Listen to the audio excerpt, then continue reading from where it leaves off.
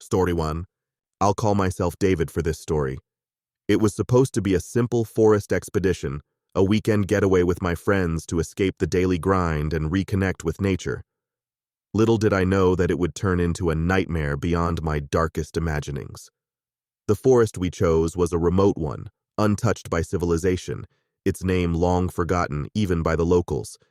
It had an eerie reputation, but we laughed it off as mere superstition. After all, what could possibly go wrong in a forest, right? The journey started off like any other adventure. We arrived at the edge of the forest, the towering trees casting long, ominous shadows. The dense foliage seemed to swallow us as we ventured deeper into the woods. The air grew heavy with the scent of damp earth and decaying leaves.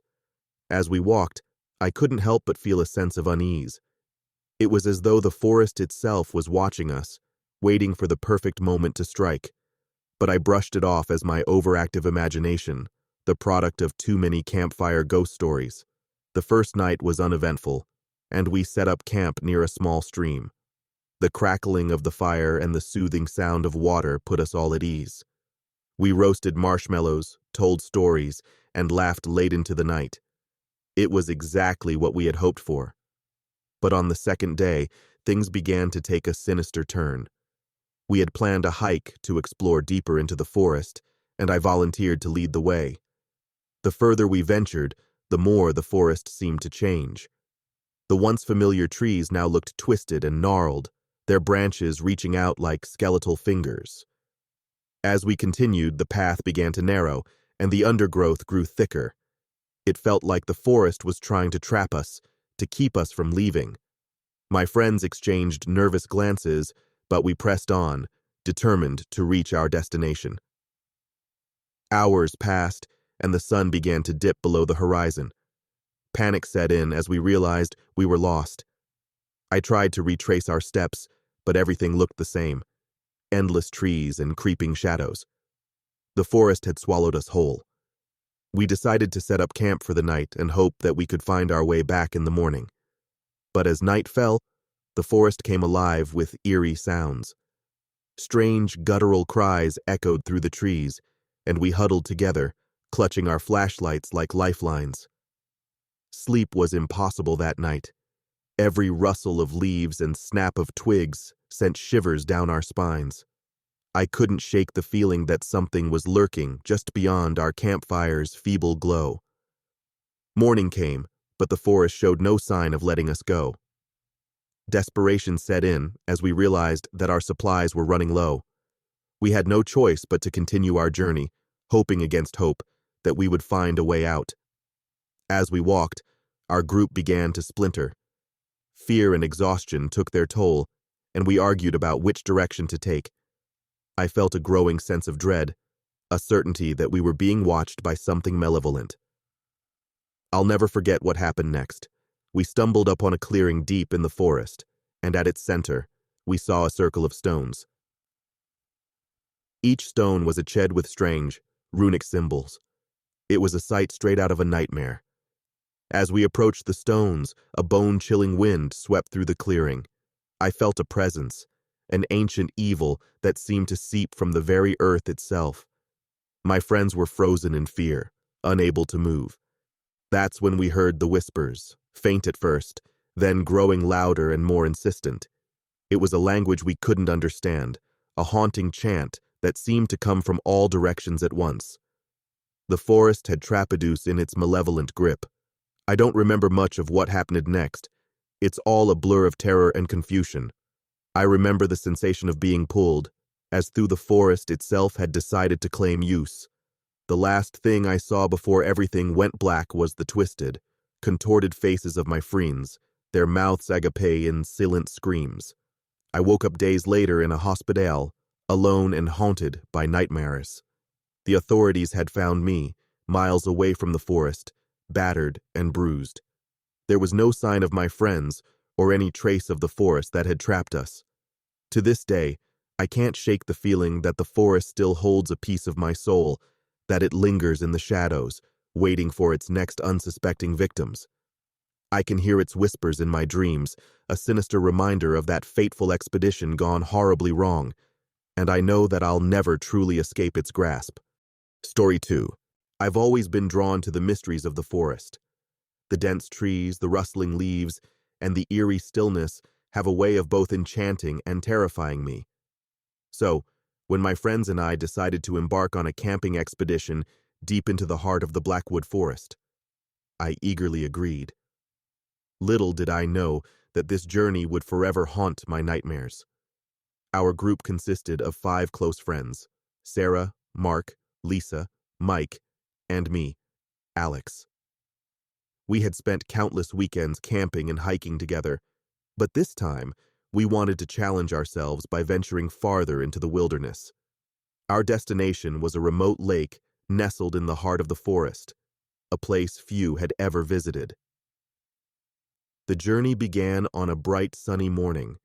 We parked our cars at the edge of the forest, shouldered our heavy backpacks, and took our first steps into the unknown. The air was thick with anticipation as we pushed deeper into the forest, guided only by a crumpled map and the promise of adventure. Hours turned into days, and the forest began to transform. The trees grew thicker, the canopy above us denser, and the path we followed became more difficult to discern. It was as though the forest was swallowing us whole, pulling us deeper into its depths with every step. By nightfall, we reached the edge of the remote lake. It was a serene, untouched beauty. The water shimmered under the moonlight, and the surrounding trees whispered secrets we could only imagine. We set up camp by the lake, our tents nestled among the ancient trees, and built a crackling fire to ward off the encroaching darkness. As we sat around the fire, our laughter and conversation filled the air. We had brought enough supplies to last us a week, but no one was in a hurry to leave this hidden paradise.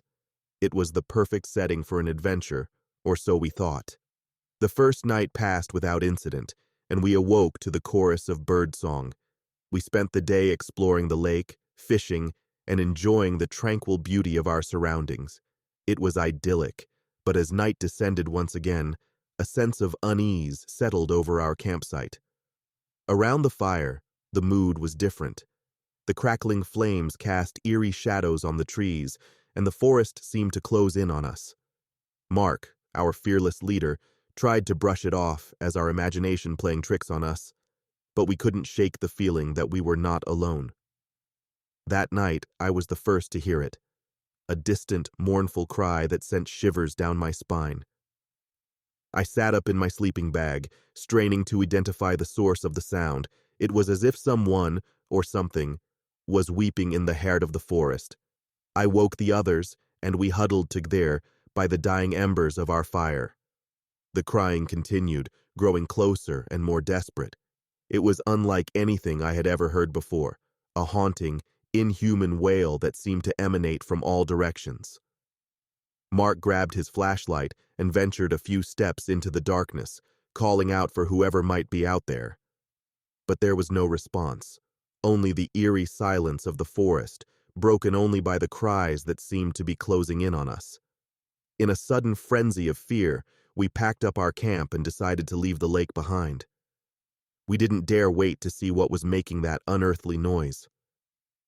As we hurriedly made our way back through the forest, the cries followed us, echoing through the trees and growing louder with each step.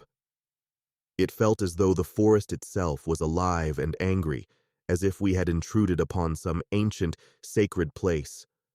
Branches reached out to snag our clothing, and twisted roots seemed to rise from the ground to trip us. Panic set in, and we ran blindly, trying to escape the relentless pursuit of that ghostly wail. Hours passed, but we couldn't shake the feeling that we were going in circles. The forest seemed to have become a labyrinth, a living, breathing entity that reveled in our terror. We were lost, and the crying was now so close that it felt like it was right behind us. Exhausted and on the brink of despair, we stumbled upon a small, dilapidated cabin in the heart of the forest. It stood there, its windows shattered, and its door creaking ominously in the wind. Desperation drove us inside, where we found refuge from the relentless cries. Inside the cabin, we huddled together, trembling and terrified. The crying continued, now just beyond the walls, as if the thing that had been following us was now trying to get in.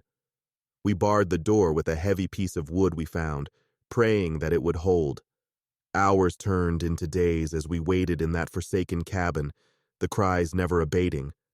We had no food, no way to contact the outside world, and no idea what was tormenting us. We were trapped in a nightmare, a living hell, with no way out. As the days stretched on, our supplies dwindled and our hope began to fade. Mark, who had always been the bravest among us, ventured outside to see if the crying had finally stopped. But he never returned. Days turned into weeks, and we were left to wonder if we were the last ones left in this cursed forest. The crying continued, haunting our every waking moment and our fitful dreams. We were trapped, lost in a nightmare from which there seemed to be no escape. Now, as I sit here in this cabin, penning down our harrowing tale, I can still hear the cries outside, growing louder and more desperate with each passing day. We are running out of food, and our hope is all but gone. If you ever venture into the Blackwood Forest, beware the cries that haunt its depths. They are the cries of something ancient and malevolent, something that preys on the souls of those who dare to enter. We may never escape this forest, but I hope that our story serves as a warning to others, a chilling reminder that there are places in this world where the line between the living and the dead is thin, and where the horrors of the past can reach out to claim the living. Story 3. The rustling leaves and the eerie whisper of the wind sent shivers down my spine as I stepped deeper into the dark woods. My friends and I had decided to embark on a weekend camping trip, seeking adventure and a break from the monotony of our city lives. Little did we know that our journey into the woods would become a nightmare that would haunt us for the rest of our lives. The forest was dense, and the trees loomed like ancient sentinels guarding a hidden secret. As we trudged along the winding trail, I couldn't shake the feeling that we were being watched, but I brushed it off, attributing it to the natural unease one might feel in the heart of the wilderness. We set up our campsite near a serene, moonlit creek. A crackling fire cast eerie shadows that danced along the tree trunks. We laughed, told ghost stories, and roasted marshmallows, trying to shake off the unease that had settled upon us like a heavy cloak. But the forest seemed to have other plans. As the night wore on, strange sounds echoed through the woods. Twigs snapped, leaves rustled, and distant whispers seemed to murmur our names. "It's just animals," my friend Sarah reassured us, her voice trembling just slightly. We decided to turn in for the night, crawling into our sleeping bags with a false sense of security. Sleep was elusive, though, as the eerie sounds continued to serenade us. I lay there, my eyes darting to the darkness beyond the campfire's glow, my heart pounding in my chest. Suddenly, a piercing scream shattered the silence. It was Mark, one of our group members. We scrambled to our feet and rushed in the direction of the scream, our flashlights cutting through the thick shadows. There, we found Mark, his face drained of color, staring at something in the trees. "What happened?" I stammered, my heart in my throat. Mark pointed up at the branches. "There was someone watching us from up there," he muttered, his voice quivering. "I saw eyes, glowing eyes." We shone our flashlights up into the trees, but saw nothing except for the dense foliage and swaying branches. I felt a chill run down my spine as an inexplicable fear settled upon me. The woods were no longer just a backdrop for our adventure. They had come to life with a sinister presence. We returned to the campfire, shaken and on edge. The night seemed to stretch on forever, each minute filled with dread. The sounds in the woods grew louder and closer, as if the forest itself was closing in on us. Unable to bear it any longer, we decided to break camp and leave the woods behind. But as we gathered our gear, a sudden realization hit us. We were hopelessly lost. The trail had vanished, and every direction looked the same in the inky darkness. Panic set in as we stumbled through the forest, desperately searching for any sign of civilization. The woods seemed to shift and rearrange themselves, trapping us in a never-ending maze. Whispers grew louder, and eerie figures moved in the periphery of our vision, just beyond the reach of our flashlights. Hours turned into days, and exhaustion gnawed at our resolve. We had run out of food and water, and our spirits were broken. It was as if the forest itself had conspired against us, ensnaring us in its malevolent grip. One by one, my friends disappeared. One moment they were there, and the next, they were swallowed by the relentless darkness. I was left alone, a solitary figure in a world that had become a nightmare. Days turned into weeks, and I wandered aimlessly, a hollow shell of my former self. The forest seemed to feed on my fear, tormenting me with phantom sounds and fleeting glimpses of my lost friends. I was no longer sure if I was awake or trapped in a never-ending nightmare. Then, one fateful night, I stumbled upon an ancient, overgrown graveyard hidden deep within the woods. Tombstones, weathered and crumbling, rose like sentinels in the moonlight. My heart pounded in my chest as I read the names etched into the stones, names that belonged to my friends, the ones who had vanished without a trace. Tears streamed down my face as I realized the horrifying truth.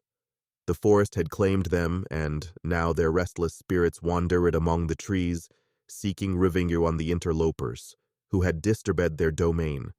I tried to flee, but the forest wouldn't release its grip on me. The whispers grew louder, the shadows deeper, and the eerie figures closed in. I knew I would join my friends in their eternal torment. As I write this, I am no longer alone in the woods. The spirits of my friends watch me from the shadows, their eyes glowing with an otherworldly light. I can hear their whispers, their accusations, their anger. There is no escape, no reprieve.